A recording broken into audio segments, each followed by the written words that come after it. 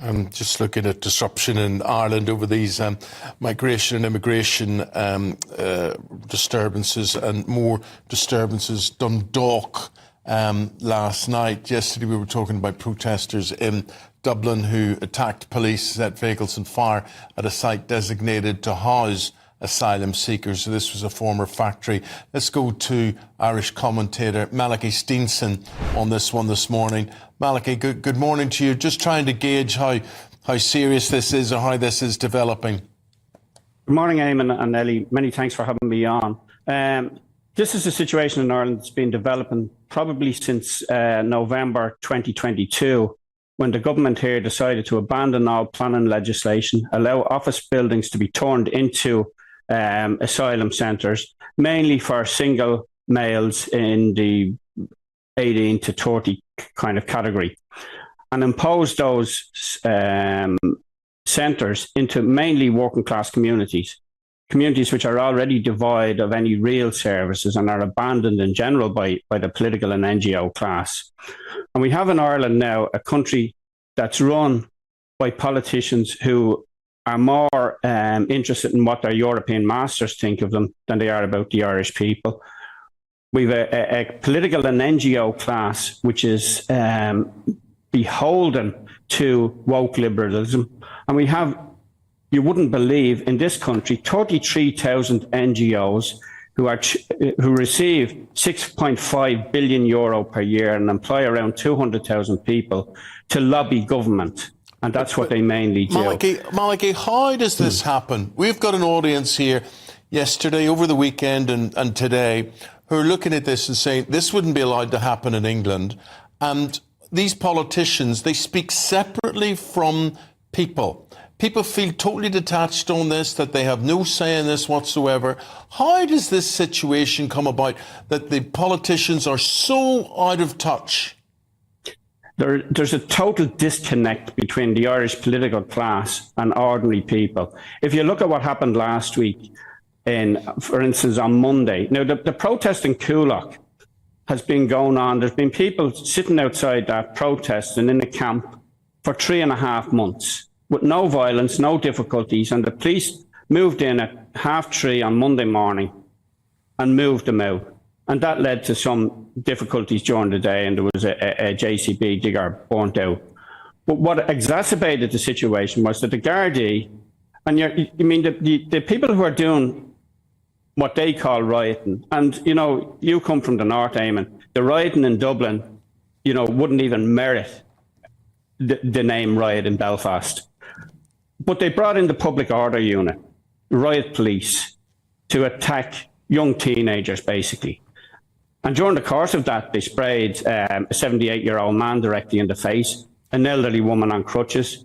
And when myself and 3 other recently elected councillors in the Dublin area approached the police lines on Monday evening to try and de-escalate the situation, we were pepper sprayed in the face. And they refused to discuss or de-escalate it. Now, on Friday night, the people of Coolock, almost 2,000 of them, came out in a protest, a very peaceful protest, no difficulties whatsoever. But that wasn't the narrative that the state wanted. So after that protest, they sent in the riot squad again to attack young lads. We saw the same yesterday in Dundalk, where a 13-year-old child was beaten to the ground by the public order unit. Right, Malachy, I get the picture. Tell me what this has done. I mean, Ireland went from a conservative country to quite a liberal country, and now this is sort of biting them on the backside now. A fifth, 20-odd% of people in Ireland no longer identify with being Irish, which suggests a lot of them aren't from Ireland in the first place.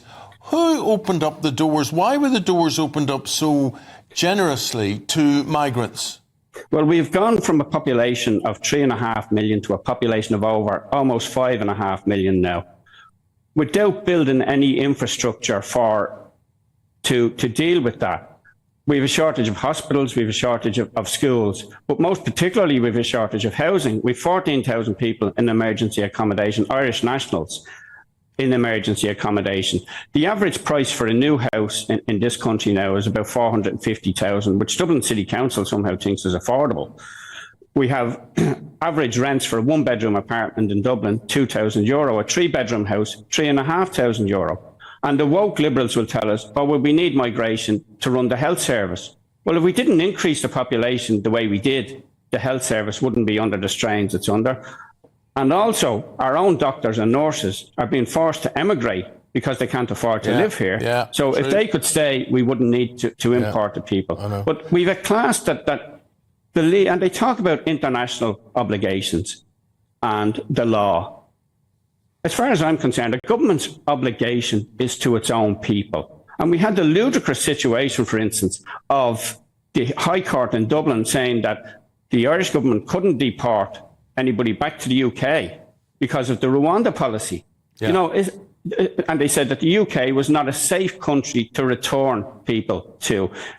Notwithstanding the fact that many of the people who have come into this country have been in the UK for 10 and 15 years, and they're just asylum jumping, and it's because of the better welfare class. But you ask, why did this happen? The Minister for Integration, Roderick O'Gorman, tweeted about 2 years ago in 12 different languages, come to Ireland and we'll give you your own house in 6 months. If I was sitting in somewhere in Africa or Somalia or somewhere like that and I heard that, I'd say, sir, we might as well go over there, look at the benefit system and he'll give us a house. And we had this flood, and it's coming right from Europe. Many people who have been across multiple jurisdictions to try and claim asylum and have failed everywhere. And we simply do not deport people. Last year we brought in an amnesty for people who had failed in their asylum application, who had gone right through to the High Court and failed at every step. And we don't deport them, and then eventually we give them an amnesty. Like, well, I tell you, you're going to be getting madness. people from England applying for that situation. You know, if you're being offered a free house and everything like that, it's led to an incredible mess. We'll see, Malachy, how it's going to develop and how it's going to resolve itself as well. But a lot of our audience throughout the rest of Britain very worried by what they're seeing, and they dread that this could happen in the UK as well. So is there to be a lesson learned or not? Malachy Steenson, who's a commentator, appreciate your thoughts on things, Malachy. We're going to leave it there. Thanks for explaining all of that. Lovely. Thanks, Eamon. Thank you very much. Thank you very much.